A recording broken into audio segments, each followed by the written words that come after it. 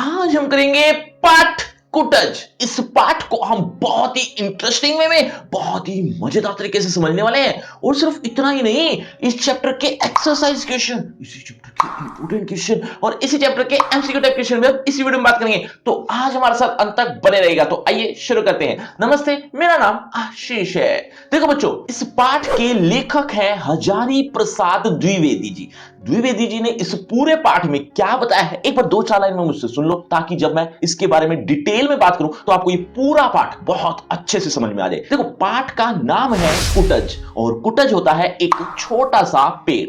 उस पेड़ की क्या खास बात है, ये इसी के बारे में पाठ है। दरअसल हिमालय की चोटियों पर विराजमान एक पेड़, जो कि छोटा सा ही है, ज्यादा बड़ा नहीं है, जिसका नाम है कुटज। तो पाठ की शुरुआत में लेखक कुटज के बारे में वर्णन कर रहा है, कुटज के बारे में बता रहा है। हालांकि ये कोई खूबसूरत पेड़ नहीं है, कोई ऐसा भी पेड़ नहीं है जिसकी कोई खास खूबसूरती के बारे में वर्णन किया जा सके, ऐसा कुछ नहीं है। सिंपल सा छोटा सा एक पेड़ है। उस पेड़ की कुछ खास बात जरूर है, उसी खास बात को लेकर लेखक ने इस पाठ को लिखा है। तो शुरुआत में कुटज के बारे में वर्णन है, कुटज होता क्या है, कहां मिलता है, कैसा होता है, वगैरह वगैरह वगैरह, इसके बारे में पढ़ेंगे। और उसके बाद उस कुटज से हमें क्या सीख मिलती है, हमें क्या सीख लेनी चाहिए, इस बारे में मेन बात वही है। तो उसी के बारे में हम शुरू कर रहे हैं। देखते जाइएगा, सुनते जाइएगा। देखो, पर्वतों की खूबसूरती के बारे में शुरुआत की गई है। पर्वत कितने खूबसूरत लग रहे हैं, जो ऊंचे नीचे पहाड़, उनकी चोटियां, उन पर उगे हुए पेड़ पौधे,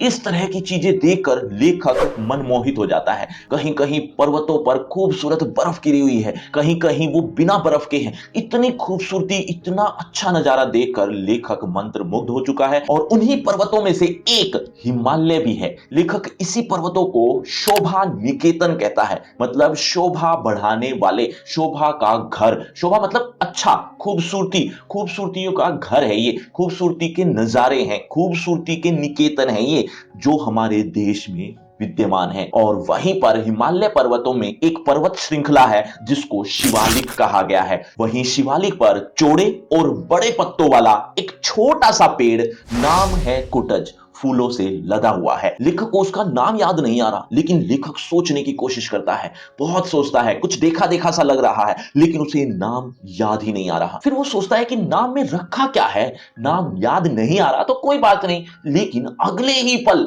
उसके दिमाग में आता है कि नाम में ही तो सब कुछ है। मतलब समाज में जिस नाम से लोग जाने जाते हैं, या जिस नाम से कोई चीज प्रचलित है, लोग जानते हैं जिसे, अगर वो आपको नहीं पता तो आप किस तरह से बखान करोगे, क्या बोलोगे, क्या कहोगे, क्या लिखोगे। तो ऐसा ही सोचकर फिर उसके दिमाग में आता है कि नहीं, नाम भी जरूरी है, और ऐसा नाम जो समाज में प्रचलित हो, जो सभी लोग जानते हो, ऐसा नाम उसे चाहिए। अपनी तरफ से वो नाम दे सकता था, लेकिन उस नाम को लोग जानते तो नहीं होंगे। तो फिर वो अपने दिमाग पर थोड़ा और जोर देता है और उस नाम को याद करने की कोशिश करता है। अचानक उसे याद आता है, अरे हाँ, इसका नाम तो कुटज है। बच्चों, लेखक का नाम मैंने क्या बताया था, अभी थोड़ी देर पहले ही तो बताया। एक बार जल्दी से कमेंट करके बताओ, देखना चाहता हूं कितने बच्चे बहुत ध्यान से सुन रहे हैं। अब लेखक आगे लिखता है कि ये कुटज है, ये कुटज गाड़े का साथी है। अब ये गाड़े का साथी का मतलब, गाड़े का मतलब होता है मुश्किल समय। तो ये मुश्किल समय का साथी है। मुश्किल समय का साथी ये कैसे है? दरअसल कालिदास जी को एक टाइम पर कुछ फूल चाहिए थे और कहीं पर भी उन्हें फूल नसीब नहीं हुए। अब अंत में उन्हें कुटज मिला। कुटज के कुछ फूल तोड़े और जैसे तैसे काम चलाया। एक तरह से मुश्किल के समय में ये बहुत काम आया कुटज। अब उस टाइम पर बाकी फूल क्यों नहीं मिले? दरअसल समय ही ऐसा चल रहा था कि कहीं पर भी पत्तों का भी नामो निशान नहीं था। यानी फूल तो दूर की बात है, पत्ते भी सूख चुके थे, फूल तो सूख नहीं थे। तो जब कुटज की तरफ निहार कर देखा गया तो कुटज एज इट इज, मतलब पूरी अच्छी व्यवस्था में उपलब्ध था। तो ये उस समय जब काम आया तो कालिदास को चैन में चैन आया।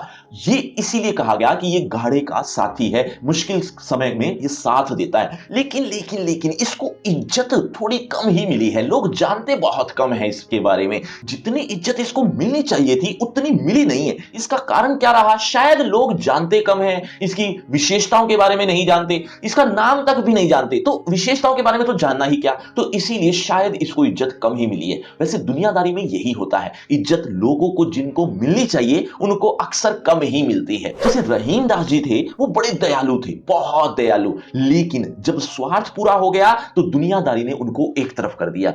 तो दुनियादारी में तो ऐसा ही होता है, जिसको इज्जत मिलनी चाहिए उनको इज्जत कम ही मिलती है। लेकिन सोना तो सोना ही रहता है, वो तो चमकता ही है, यानी आप उसकी इज्जत करो या ना करो, वो तो चमकेगा ही। बच्चों, हिमालय की पर्वत श्रृंखला का नाम मैंने अभी बताया था, एक ऐसी श्रृंखला थी जिसका नाम मैंने अभी अभी थोड़ी देर पहले ही तो बताया। एक बार जल्दी से कमेंट करके बताओ, देखते कितने बच्चे सही होते हैं।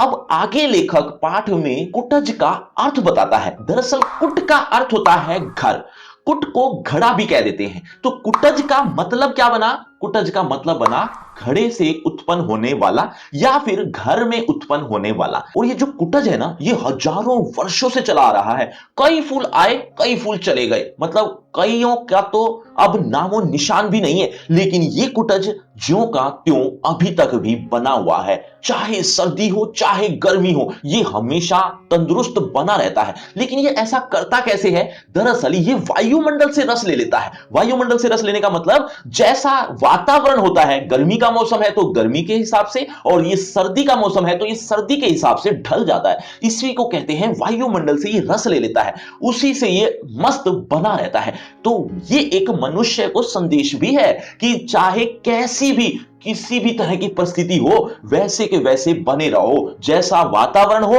उसी के अनुसार ढल जाओ और मस्त बने रहो। अगर मस्त बने रहोगे तो टिके रहोगे। अगर सुख दुख को देखकर घबराने लग जाओ, अगर सुख दुख को देखकर अगर आप डरने लग जाओ, तो आपका जीवन जीवन कहां रहेगा? सफलता आपके कदम कैसे चूमेगी?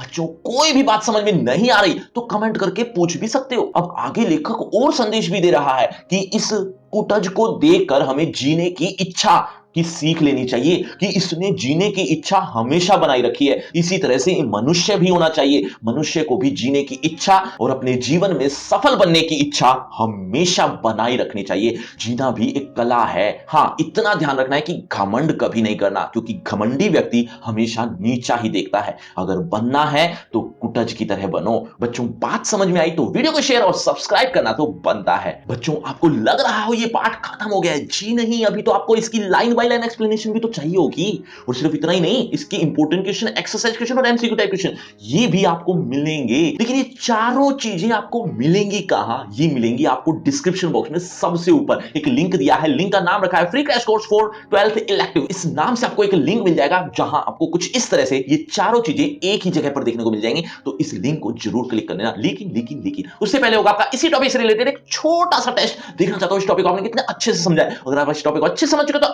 देखिए जरा किसने कितना पढ़ा। पहला प्रश्न आपकी स्क्रीन पर ये रहा। कुट का शाब्दिक अर्थ क्या है? बच्चों, हर प्रश्न के बाद आपको 5 सेकंड मिलेंगे आंसर देने के लिए। आप अपना आंसर कमेंट करते रहना, एंड में देखना चाहता हूं किसके कितने आंसर ठीक हुए।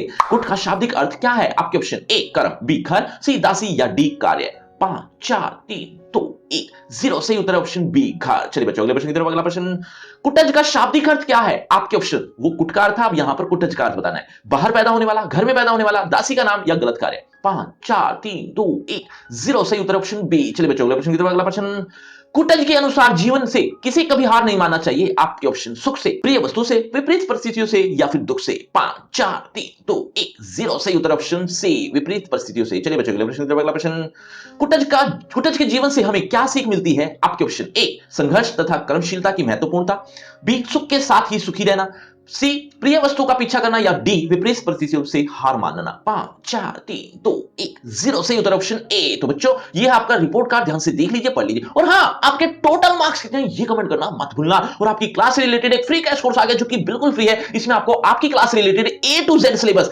एक ही पेज पर देखने को मिल जाएगा। आपको कहीं भी भटकने की जरूरत नहीं पड़ेगी। तो इस लिंक को जरूर क्लिक करना। ये लिंक आपको डिस्क्रिप्शन बॉक्स में सबसे ऊपर मिल जाएगा। और अगर आपको मुझसे पर्सनल बातचीत करनी है तो सभी सोशल मीडिया के लिंक डिस्क्रिप्शन बॉक्स में है। आज ये बातचीत करते हैं। शुक्रिया, धन्यवाद।